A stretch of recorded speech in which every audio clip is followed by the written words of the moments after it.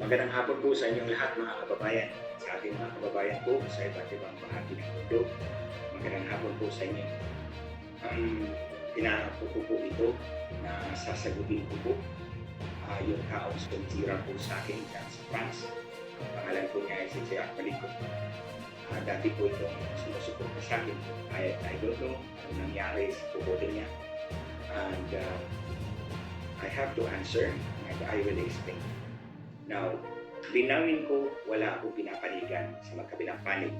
Si Balico at si FLM, wala akong pinapanigan sa kanila. Pareho po silang sumuporta sa akin ng nakarang eleksyon.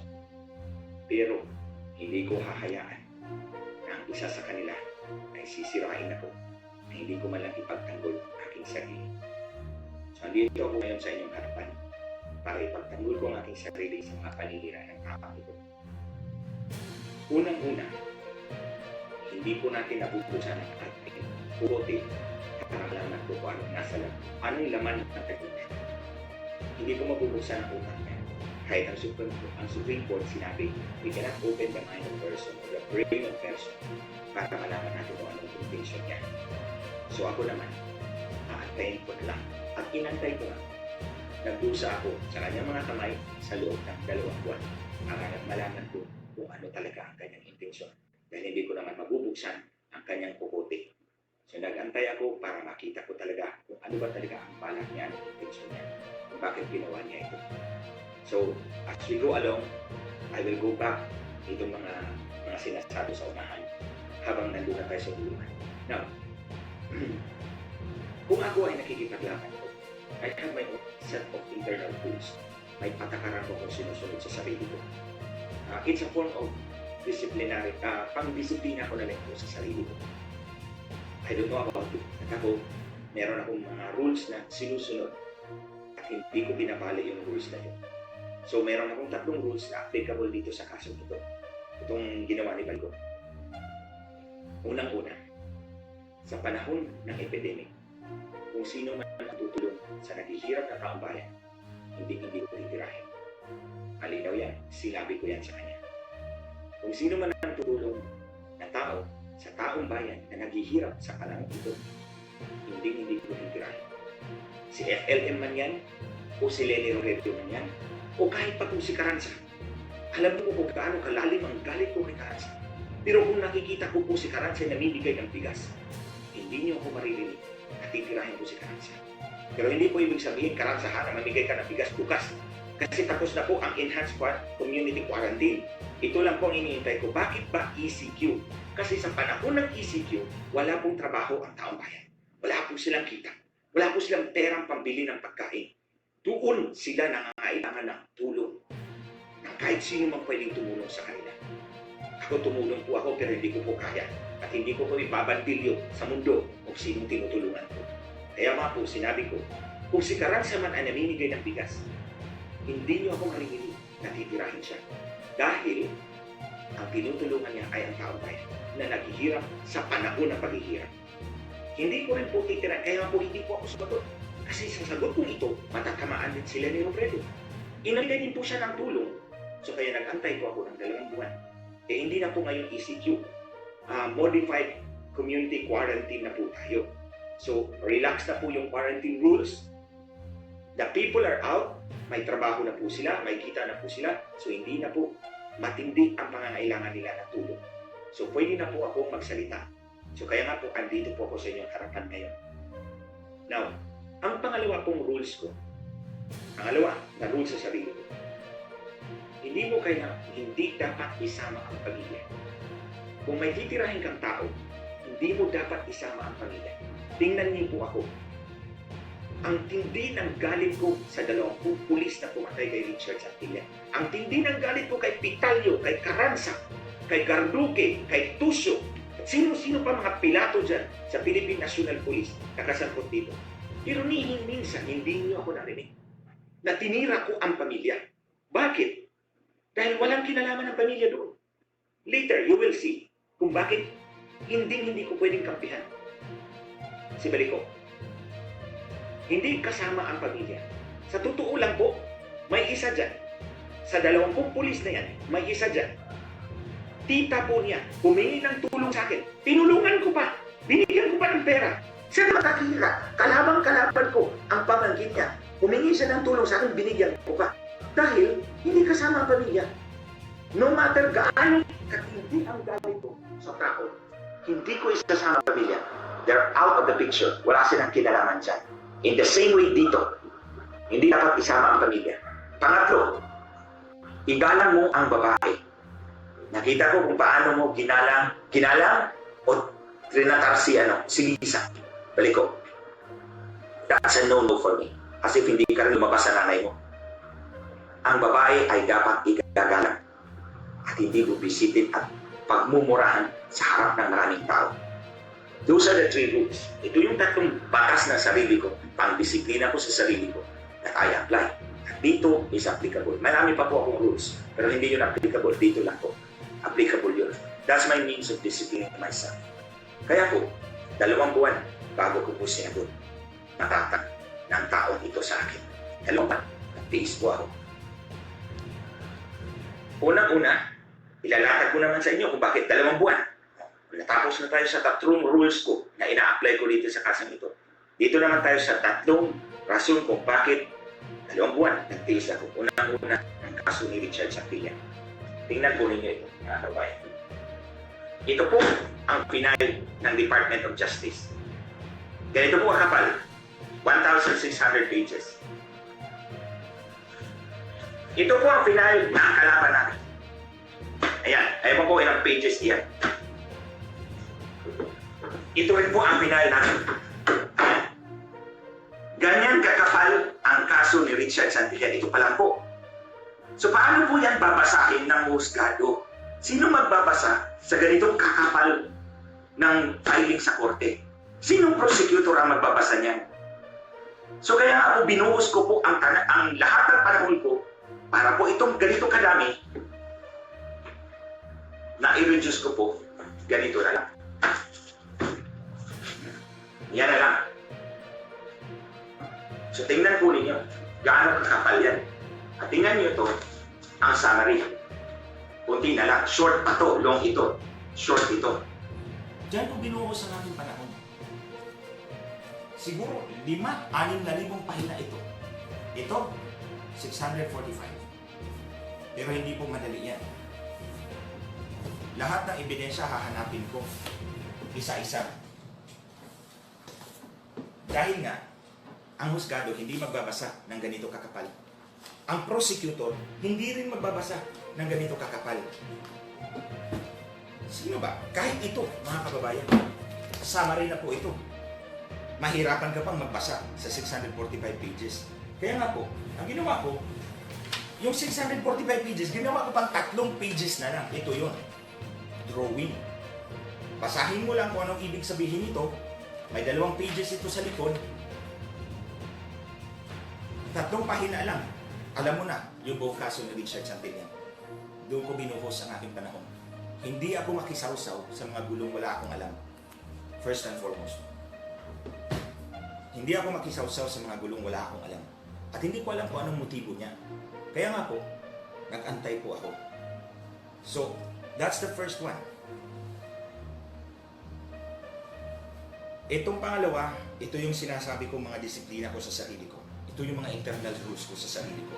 Sinusunod ko to para disiplina yung sarili ko. Pero hindi ko po pwedeng i-pwersa po sa inyo. Kung maniwala kayo, okay lang po. Kung hindi naman, wala pa akong magawa. Pero, Mr. Baliko, hindi mo pwede akong balikuin para sundin ang gusto mo. Huwag mo akong balikuin at takot-takotin na sumunod sa gusto mo. Dahil hindi mo alam kung anong legal consequences ng ginawa mo. Makinig ka hanggang matapos to. Pangatlo, mga kababayan, yung kaso ni Leni Robredo at ni Bongbong Marcos, ni BBM. Protesta ni BBM at ni Leni Robredo. Sinabi ko na po, ang mga taong tumutulong sa naghihirap na taong bayan sa panahong ito, hindi ko titirahin. Ang problema nga po, karamihan po sa mga sumusuporta kay BBM, hindi naman karamihan, ewan ko lang, maiingay lang siguro ito, tinitira ako. Hindi niyo ba po natandaan?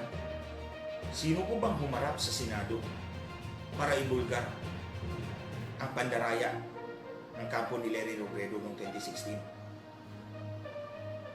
Sino po bang nagbuwis ng buhay? Sino po bang nagbayad ng buhay? Si Richard Santillan. Sino si Richard Santillan? Kinakapatid ko. Siya ang tinira ng Smartmatic at Comelec. Para tagutin ako, nagbayad kami ng napakamahal na preso sa pagdepensa namin sa boto ninyo, sa boto nating lahat, sa totoong nanalo ng halalang iyon. Tapos titirahin ninyo ako. Buti na lang sana kung sa billboard na pinalabas ni FLM, ako lang mag-isa. Dalawa kami. Bakit hindi nyo tinitira si Manang Aimee? Ako lang. Again, mga kababayan, balik tayo sa intensyon. Bakit ako lang ang tinitira, hindi si Manang Aimee? Kaming dalawa ang nasa billboard. Balik tayo sa intensyon. Dahil, pwersahin ako na sumunod sa gusto nila. O gusto nito ni Baliko.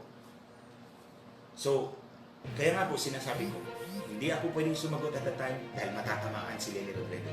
Ito nga po ang sinabi ko. Nagpasa ako sa Supreme Court ng 250-page comment. Nilatag ko lahat ng ebidensya ng dayaan.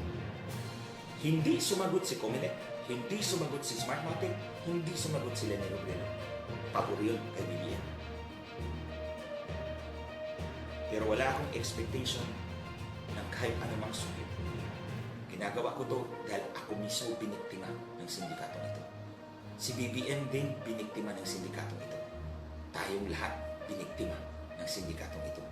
Tapos itong Baliko na to, babalikuin lang ang pinaglalaban ko para sa bayan. Dahil lang hindi ako sumunod sa gusto niya, na tirahin ko si FLM. Anong pakialam ko sa away ninyo? Later, mga kababayan, malalaman nyo kung bakit nag-away sila. Aabot tayo dyan. Dito na tayo sa main story kung bakit nangyari ito. Nung galing ako ng Europa, siya ang host ko sa France. Akala ko totoong tao. Pagdating ko rito, 1 linggo lang siguro yun. Nagsimula na si FLM dyan namigay. Ewan ko kung totoong namigay. Sabi nila namigay. Okay. Assuming namigay kasi nakita ko naman nagbigay ng 30,000 na sun eyeglasses doon sa Isabela. Totoo, nakita ko. Patunayan ko dyan. Aabot tayo dyan. Tinanong ako ni Baliko tungkol kay FLM. Ang sagot ko sa kanya, hindi ko titirahin ang taong namimigay ng tulong sa mga taong naghihirap ngayon. I stand by my decision. Hindi ko titirahin ang taong tutulong sa sino mang naghihirap na Pilipino ngayon.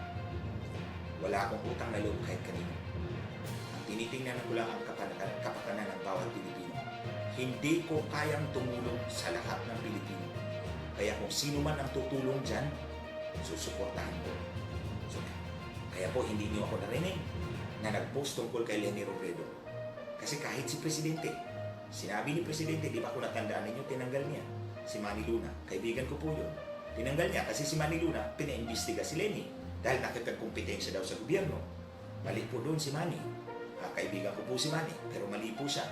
Ang tao nangangailangan ng tulong at tama po si Pangulong Duterte. Kailangan suportahan natin ang isa't isa sa panahon ng pangangailangan. Matinding pangangailangan ng ating bansa. So, tinapat ko po si Baliko. Hindi ko titirahin ang taong tutulong sa taong bayan. Sabi ko, kung gusto mo, in another time. In another time. 2 araw lumipas. Ito na, lumabas na yung meme. May meme lumabas. Ako at si FLM. Tapos, tinanong ko yung staff ko, saan galing? Tik-tik page. Galing sa TikTok. Oo. Siya din ang nagsabi. Parang private message siya na pinadala niya sa amin. Galing sa TikTok ito. Baka nakalimutan mo. Ikaw ang nagsabi na sa'yo ang TikTok. Mamaya, sabihin ko. Nakalimutan mo talaga ito, Baliko. Ikaw ang nagsabi, ikaw may-ari ng TikTok page. Okay, sige. So, nung nakita ko yung picture mo, ikaw ang gumawa kasi galing sa TikTok page mo. Nung nakita ko, natawa na lang ako. Sabi ko, ito talaga, pinaglalaruan pa ako. Pipresyo rin ako. 3 days later, meron ka na naman pinadala. Eto na naman. Meme na naman. Tira na naman sa akin. Galing pa rin sa TikTok. Kung natandaan mo, sinagot kita. You will always remain a friend. Yun ang sagot ko sa'yo. You will always remain a friend. I don't know kung ginamit mo yung kokote mo, Baliko. Ang ibig kong sabihin, alam ko na tinitira mo ako. Pero at this time, kaibigan pa rin kita. Yun ang ibig sabihin ng mensahe ko sa iyo. Tinitira mo na ako ng pailalim, pero kaibigan pa rin ang turing ko sa iyo. Pangatlo, pang-apat, pang-lima, dumating kung ano-ano na lang mga pictures. Sasagutin ko yung mga pictures pagkatapos nito. Dumating yung mga pictures. Nakita ko walang pag-asa. Pipressurein mo ako ng gusto. Alam mo mga kababayan, balik muna tayo sandali sa intention. Hindi mo mabubuksan ang isip ng tao, ang utak ng tao para malaman mo ang intention. Pero makikita mo yan sa gawin ng tao. So hinayaan ko lang. Maraming tumawag po dito sa amin at nagtatanong tungkol dito sa mga posts na ito. Ang sabi ko, hayaan lang po ninyo ako, nasagutin ko kayo sa tamang panahon. Ito yun, ang tamang panahon. The first day ng tamang panahon. Pero sa lahat ng mga tawag na yan, ang pangalan ni Balico ang palaging lumalabas. So alam ko, tinitira niya ako. Pailalim. Kaya noong May 16, nag-post ako, diba? Sabi ko, sasagutin ko yung naninirang tao sa akin. On May 29, nag-video ako rito. At sinabi ko, hindi pa ito yung sagot ko dyan sa tumatahol sa France. The next day, may tumawag sa akin. Kaibigan namin actually. Kaibigan namin. Ginagalang ko po siya. Ginagalang ko po talaga siya. Nag-usap kami tungkol dito. At sabi ko, ito na lang po ang konsesyon ko. Ay hayaan ninyo akong sumagot kasi siniraan ako. Kailangan kong sagutin. Pero hindi ko papangalanan. Yun ang konsesyon ko. Sige po ma'am. Hayaan niyo ako sumagot. Walang pangalan. Basta sasagot ako dahil binitiwan ko ang aking mga salita sa harap ng publiko. Sasagutin ko. Okay na. The next day, lumabas yung picture. Ako at yung isang lalaki at may maraming armas sa baba. Nakita ko ninyo yun. Ako at isang lalaki at may maraming armas sa baba. Hindi inisip ng Balico na to na 14 na buhay ang tinarantado mo rito. 14 na buhay ang inalagay mo sa peligro. I-explain ko po yan sa inyo mga kababayan. Kaya pumutok na talaga ang galit ko dyan. Maraming tumawag sa akin, maraming nag-message sa akin tungkol dito. Tila ba pinipigilan ako? Meron pang isa dyan. Nagbabanta.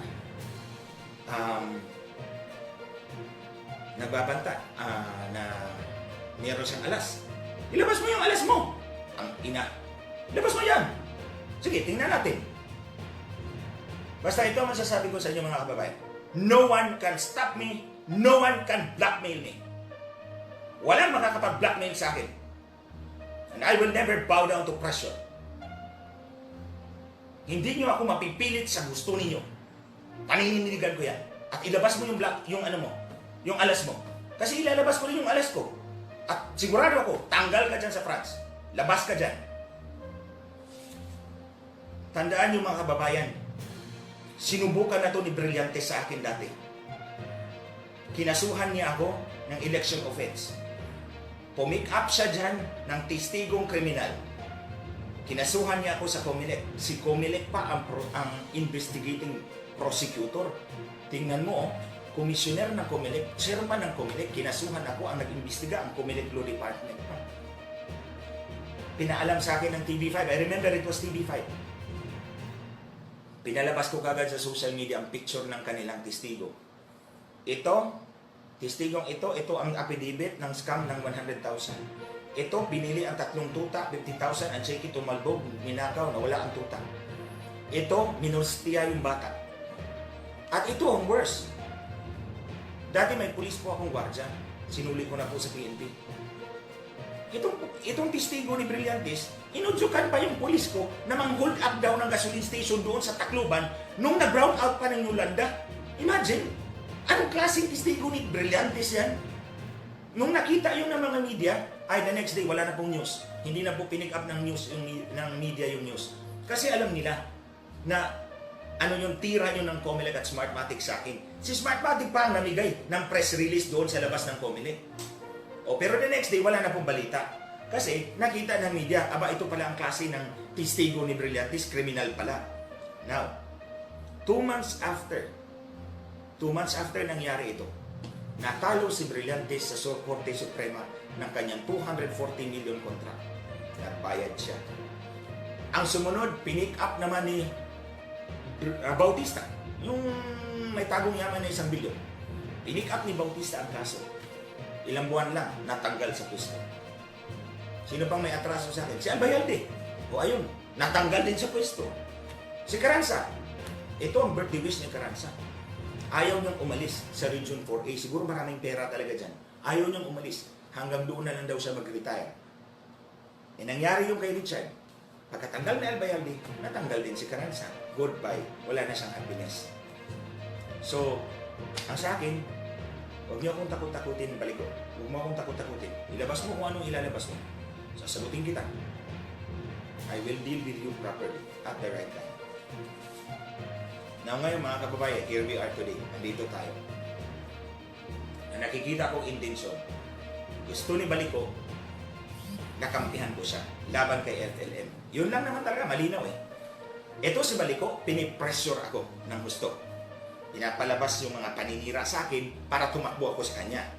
Ngayong nakulong si Francis, pinalabas naman niya si Francis nagagalit sa akin para idepensa ko si Francis. Nakita ninyo, pinaglalaruan ako nitong taong ito. Akala siguro niya bobo ako at mangmang. Hindi mo ba alam, natalo ko ang pinakamabigat na politiko doon sa amin, sa Visayas? Nakontrolado niya yung buong probinsya. Sa kanya yung lahat ng mayor, sa kanya lahat ng vice mayors. Natalo ko yun. Tapos ito ang gagawin mo sa akin, paglalaruan mo ako. Anong tingin mo sa akin? Hindi naman siguro ako drug addict. So ito tayo mga kababayan to. Si Baliko, pinipressure ako. Pinipilit ako. Pero si FLM, ni minsan, hindi humingi ng tulong. Totoo, hindi ko itatanggi sa inyo yan. Tumulong si FLM sa akin at kay Manang Aimee. Kaming dalawa. Sabi niya, itong mga malalaking billboards po yun. Ganito, buo. Region 1, Region 2, Region 3. Kayong dalawa ni Manang Aimee. Siyempre ako sakay lang ako libre. E di siyempre, okay ako.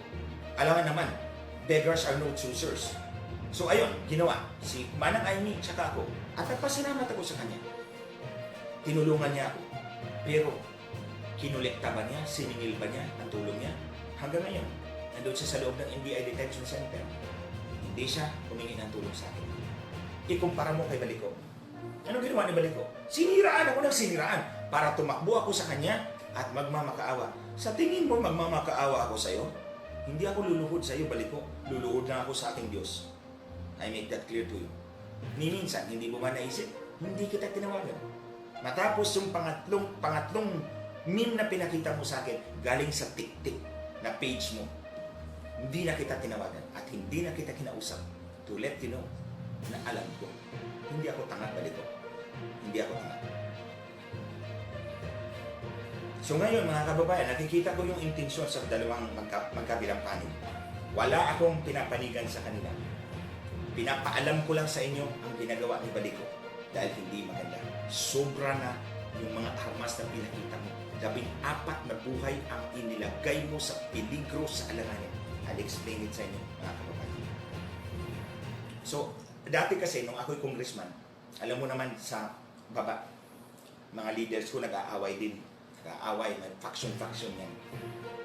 Nung ako'y congressman, pinapakinggan ko yung isang panig, pinapakinggan ko yung kabila, pero pinapalusot ko lang sa kabilang tenga.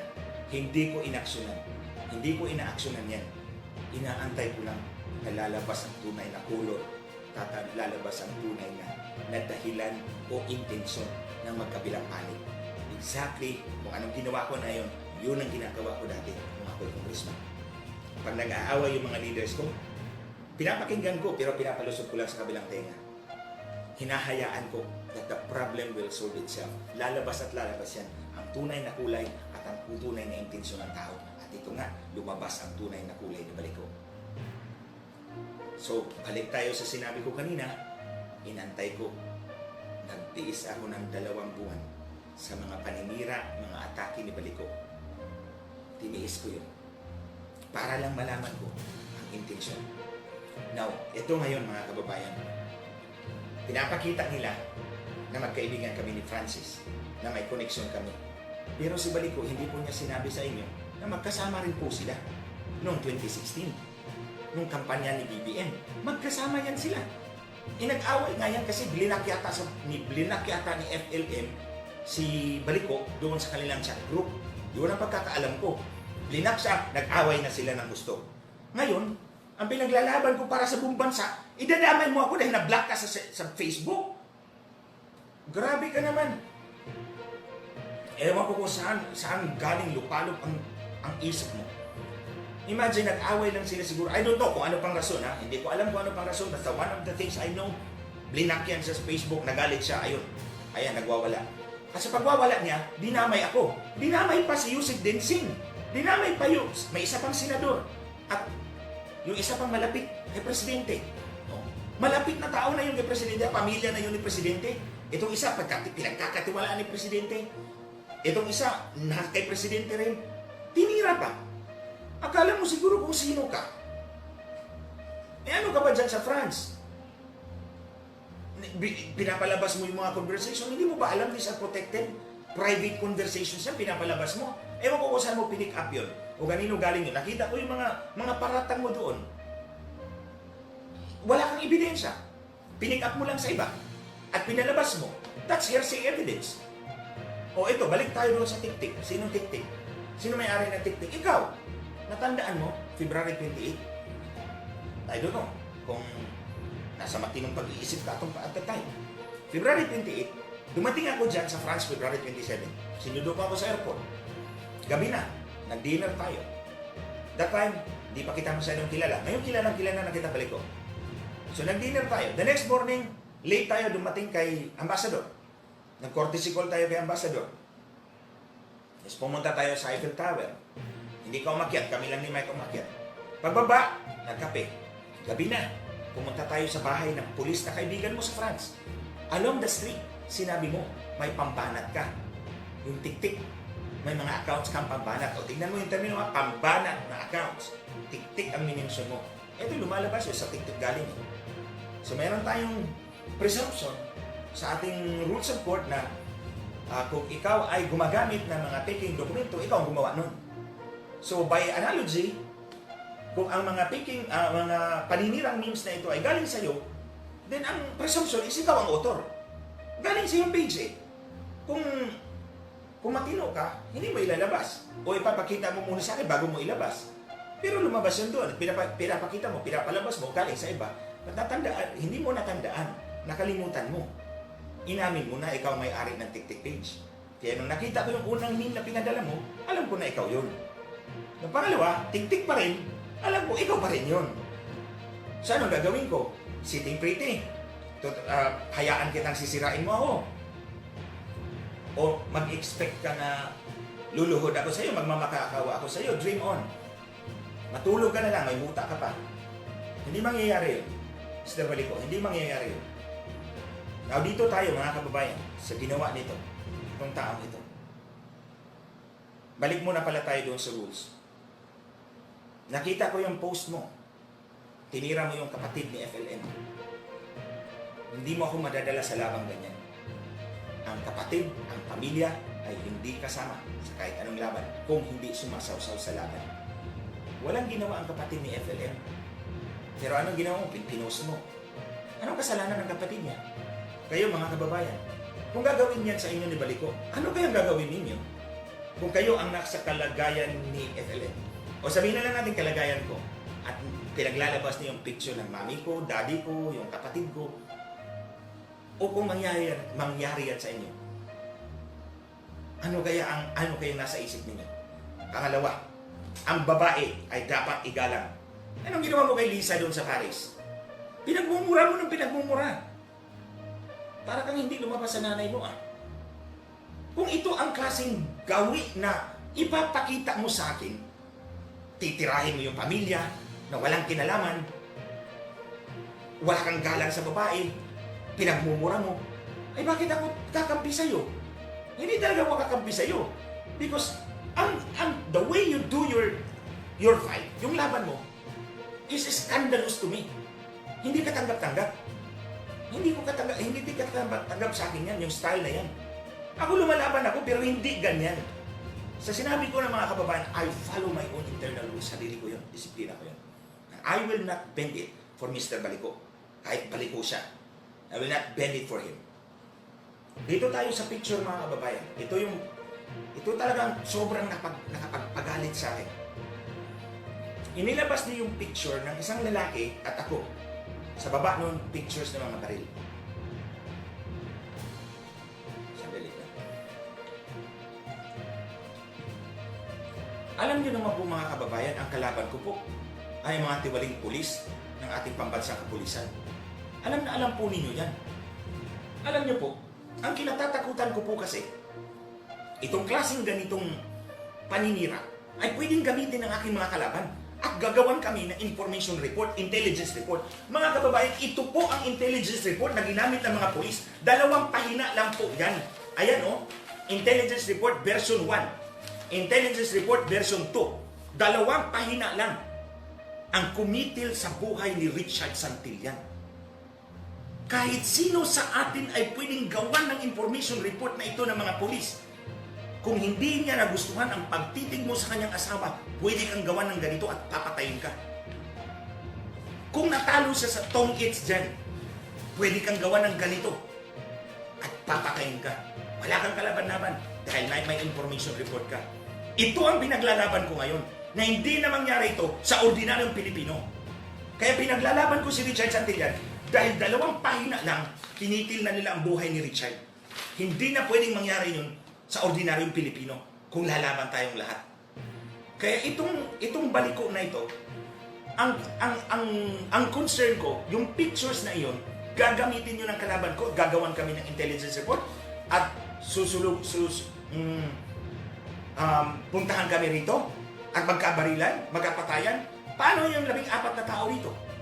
Paano yung 20 years old ko dyan, nag-volunteer, yung 22, yung 24? Anong ihaharap ko sa nanay yan?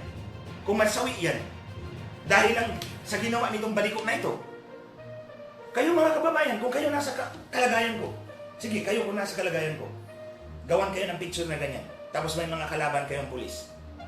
Mga pulis na tiwali. Linawin ko. Kasi marami pa naman ng mga pulis na mapagkatiwalaan talaga. Mga tiwali. Tulad ng kalaban ko. Gagawan ka ng intelligence report. Isang version 1, version 2. Isang intelligence report lang ang ginawa nila kay Richard Santillan. At tinitil nila ang buhay. Kung gagawan tayo ng ganyan, mga kababayan, kung gagawin kami ng ganyan, at lulusubin kami rito, dahil may intelligence report, ang picture, galing kay Baliko. But what does the picture prove? Mga kababayan, ano bang ipatunay doon? Wala. Kasi hindi naman ang picture at ako at ang baril ay magkasama. Ibang picture ako at ang lalaki. Ang mga baril ay mga baril lang, walang tao. May mga tao man yung lalaki, hindi ako. It is not proof. Kahit saan tayong korte pupunta at ipapatunay mo yan, itong patunay, si Glenjo may baril. Paano mo papatunayan? Wala ako doon sa baril. Nandun ako sa isang lalaki at hindi ko hinawakan ng baril. Hindi tatanggapin niya ng korte. Pero, in the minds of the public, you can already convict me. And that is unfair. Kaya nga po, pinakuha ko lahat ng pictures na yun. Yung mga pictures ng mga baril at pera at ang lahat ng mga nag-comment doon. Alam niyo bakit? Kasi ipapakita ko yan sa French ministry. Bala kong sulatan ang French government. Ipapakita ko, ilalatag ko, ito ako, sino ako? Sinong kalaban ko? Police criminality ang topic dito, mga kababayan. Nandoon sila Karansa, sila o sino-sino pa doon ng mga pulis, at yung Smartmatic at Kumilit. Kasi ito naman talagang utak. O nandun. Kaya kayo, PNP, kung sino man doon ang mga tiwaling pulis, at ikaw, Kumilit at Smartmatic, huwag kayong magalit sa akin ha. Si Baliko ang habulin nyo. Dahil ako, reactive lang ako. Nagre-react lang ako, mga kababayan. Hindi ko inisip to. Pero dahil sa ginawa ito ni Baliko, kailangan kong ilatag para kung po si kaso may mangyari sa amin dito, nakalatag ng ebidensya ko. Wala kaming ganyan, hindi kami ganyan. Susulatan ko yung French ministry na may hawak ng immigration.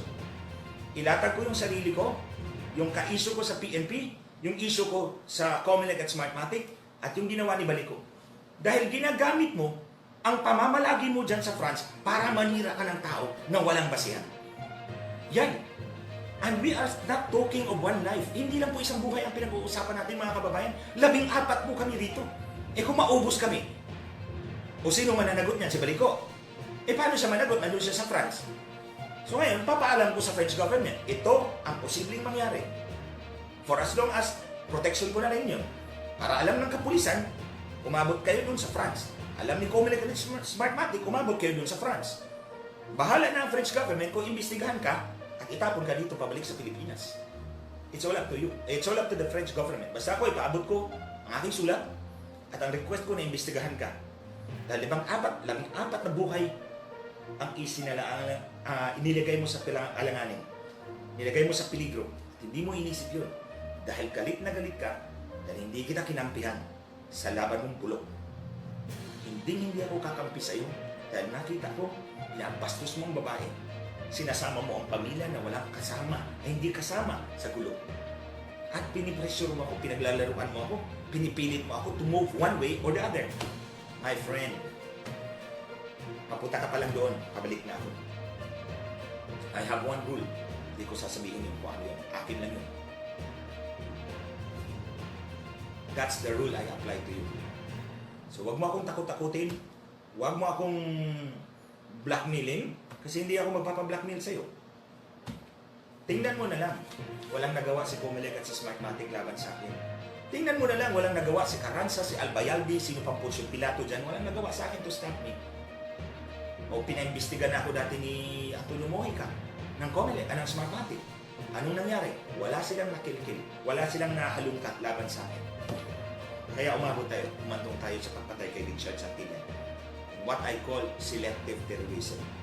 Pinapatay yung taong pinakamalapit sa iyo para saktan ka. Yun, pinatay nila ang taong pinakamalapit sa akin, yung kinakapatid ko.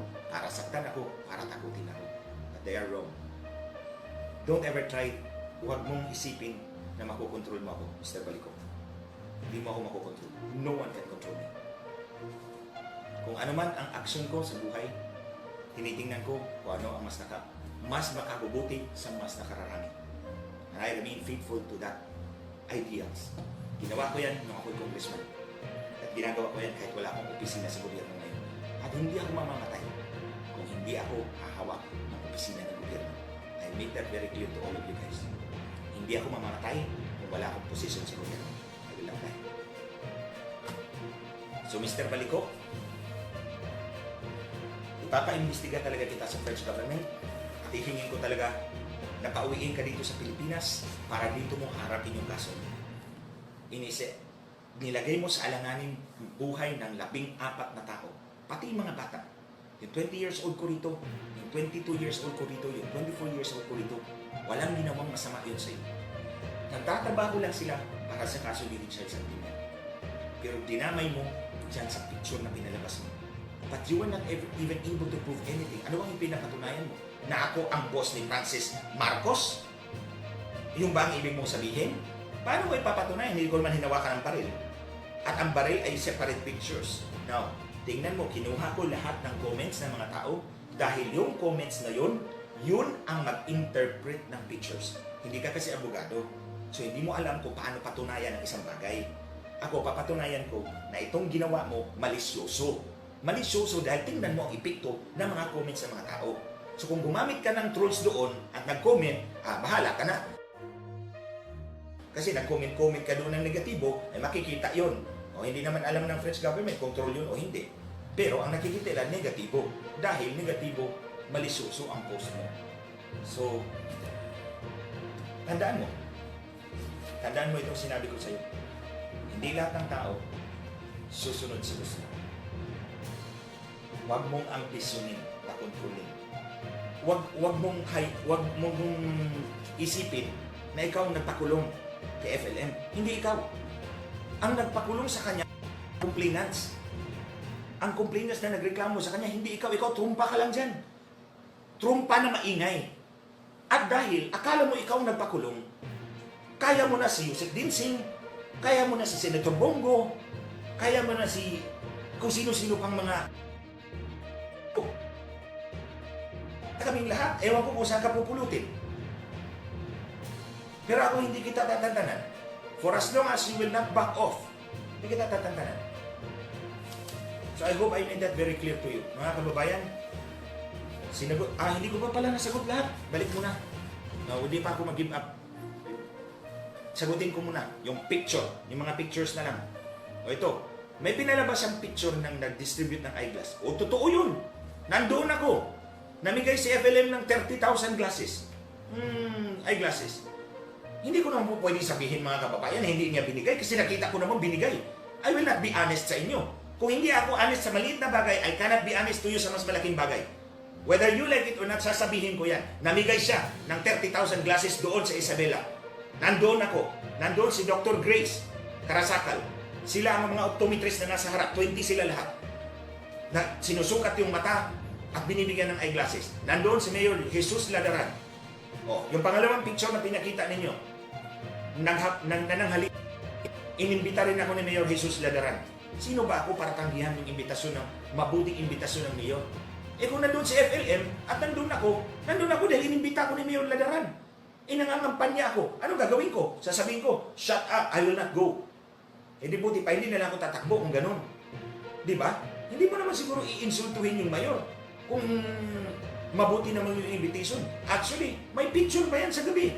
Kasi pagkatapos naming nag-lunch, sinabihan na naman kami, ako ni Mayor Ladaran, huwag ka munang umuwi. Mamayang gabi, magpapa-dinner ulit ako. Tatawagin ko yung konseho. O pag dinner, nandun ang konseho. Pinagsalita ulit ako ni Mayor Ladaran. O sa anong problema doon? Yung billboards. Dalawa kami sa billboards. Si Manang Amy tsaka ako, bakit ako lang ang tinitira? Dahil ang intensyon, ako ang titirahin para sumunod ako sa gusto ni Baliko. Plain and simple. Ako ang tinitira para sumunod ako sa gusto nila. But I know better. Tandaan niyo po mga kababayan, lalo na po nagmamahal sa pamilya ni BBM. Buhay ang pinayad namin sa laban na to. Hindi lamang para sa kanya, para sa sarili ko at sa bayan. Ako biktima, si BBM biktima, tayong lahat biktima. Nagbuwis kami ng buhay, si Richard, para sa laban ito. So sana, pag-isipan ninyo yan bago ninyo ako tirahin. Kung titirahin pa rin ako, be fair, dalawa kami sa billboard. Pangatlo, pang-apat na picture, yung nasa galyera, sa bungan. Kaibigan ko ang promoter na yun. Actually, ang asawa niya ay kapitan sa Mandaluyong. So sinabi niya, isama kita dito sa promotional namin sa derby para at least makilala ka. So sabi ko po, opo. Wala naman siyang hiningi sa akin. Ako, wala na akong binayaran. So, anong masama doon? Nangangampanya tayo, nandun yung tao, nilagay lang ang pangalan ko, wrong spelling pa nga. So anong malaking issue dyan? Bakit ba ang derby ay illegal? Kung illegal, di ginakap na sana sila. Hindi illegal. Legal ang derby. So anong problema dyan? Titirahin lang ako sa mga taong gustong sumira dahil hindi ako sumunod sa gusto nila. I tell you, you cannot pressure me. No one can pressure me sa gusto nila. Basta ang akin, my guiding light, my guiding principle, kung ano ang mas nakabubuti sa mas nakararami, nandun ako. Tandaan po ninyo mga kababayan, ang patunay ko po, siguro pag-iisipan ninyo, sinabi ko po kanina, si Baliko, pinipilit ako. Tinitira niya ako. Si FLM, hindi niya ako siningil sa tulong niya sa akin. That's one thing. Malinaw yan. Hindi ako siningil ni FLM sa kanyang tulong. Kung siningil pa niya ako, nagdakdak na sana ako sa kanyang harapan, babor sa kanya. Tandaan niyo yan. Hindi niyo ako narinig. Halos 2 buwan. Wala akong sinabing pinupuri ko siya. Pinupuri ko yung mayaman challenge niya once. Pero hindi yung dinipensa ko siya ng todo. Dahil hindi niya naman hiningi ang aking tulong. Dahil hindi niya siningil ang tulong niya sa akin. Andyan, humanga ako sa kanya. Sorry to those who do not believe in him. Pero ako nakita ko yan. Tingnan mo. Nasa detention center siya. Pero hindi ako pumunta doon. Kasi hindi na naman niya ako tinawagan. Tingnan mo. Tinulungan niya ako, pero walang intensyon na kolektahin sa akin. Walang intensyon na singilin sa akin. So dyan mo makikita, between Baliko on the one hand, na binabaliko ako sa gusto niya, at si FLM na walang ginawa para singilin ang tulong niya sa akin. Pareho silang tumulong. Si Baliko, tumulong sa akin. Si FLM, tumulong din sa akin. Pero yung isa, binabaliko ako sa gusto niya. Yung isa, hinahayaan ako. O, so tingnan mo ang patunay ko. Wala kayong nakita sa akin nagla-live FLM. At kinukontra ko siya. Hindi. Nagtiis ako ng 2 taon, 2 buwan dito sa paninira niya sa akin. Dahil mas may mga kabuluhan pa ako, mas may importante pa akong mga bagay na kailangan ko matapos. At natapos ako ngayon. So kung tingnan mo, ito pa isang mga kababayan. Ano pang issue na pinapalabas ko sa Facebook? Nitong panahon ng ECQ, COVID, at kay Richard lang. Kay Richard na issue at COVID. Yung issue ni ABS-CBN, hindi po ako sumausaw doon. Alam niyo bakit? Kasi tingin ko, pag sumausaw ako dito, mauubos ang oras ko. Mag-re-research pa ako, magsasalita pa ako. So better, wag na. Pero isang issue lang ang sumali ako. Yung issue ng PhilHealth sa OFW. Lumabas ako, sumulat ako, nag-post ako, tapos nag-live ako the next day, nag-research ako. Pero dahil issue yun ng OFW, malapit na malapit sa puso ko yung issue ng OFW. Yun lang ang pinagtanggol ko talaga. Sa panahon ng 2 months na yan, dahil pinokos ko yung panahon ko sa kaso ni Richard at ayaw kong tirahin yung mga taong tumutulong sa nangangailangan ng taong bayan at this time. Ngayon, tapos na yung ECQ, GCQ na, balik na yung mga tao natin sa trabaho nila, may kita na sila, hindi na nila kailangan mamigay hindi na nila kailangan na bigyan pa sila ng tulong. Kaya ikaw, Karansa, kung mamigay ka ng bigas, titirahin pa rin kita. Kasi wala na, hindi na ECQ. Pag bumalik sa ECQ, mamigay kami ng bigas, hindi kita titirahin. So, that's the simple rule I follow sa aking sarili. So mga kababayan, I hope naliwanagan po kayo dito sa issue na ito. Basta tutuhanan ko po. Susulatan ko ang French government, ilalatag ko itong nangyari, at itong ginawa ni Baliko. 14 na buhay ang nilagay mo sa alanganin. 14 na buhay you put in very dangerous peril. So kaya po, nilatag ko ito ngayon sa inyo para alam ng PNP Na alam ko na kung ano na naman ang gagawin ninyo. Baka na naman, mabiktima kami ay sa isang page lang intelligence report. At ang gagamitin ninyo ay mga picture ni Baliko. So mga kababayan, I think parang 1 oras na yata ako dito nagsasalita. Maraming salamat po. Hanggang sa muli po, siguro sa Wednesday, baka may issue po ako na ilalabas po sa inyo. Tungkol po sa ating mga OFWs. Basta OFW, you look at all this company. Maraming salamat po sa inyo lahat. Take care wherever you are. God bless you.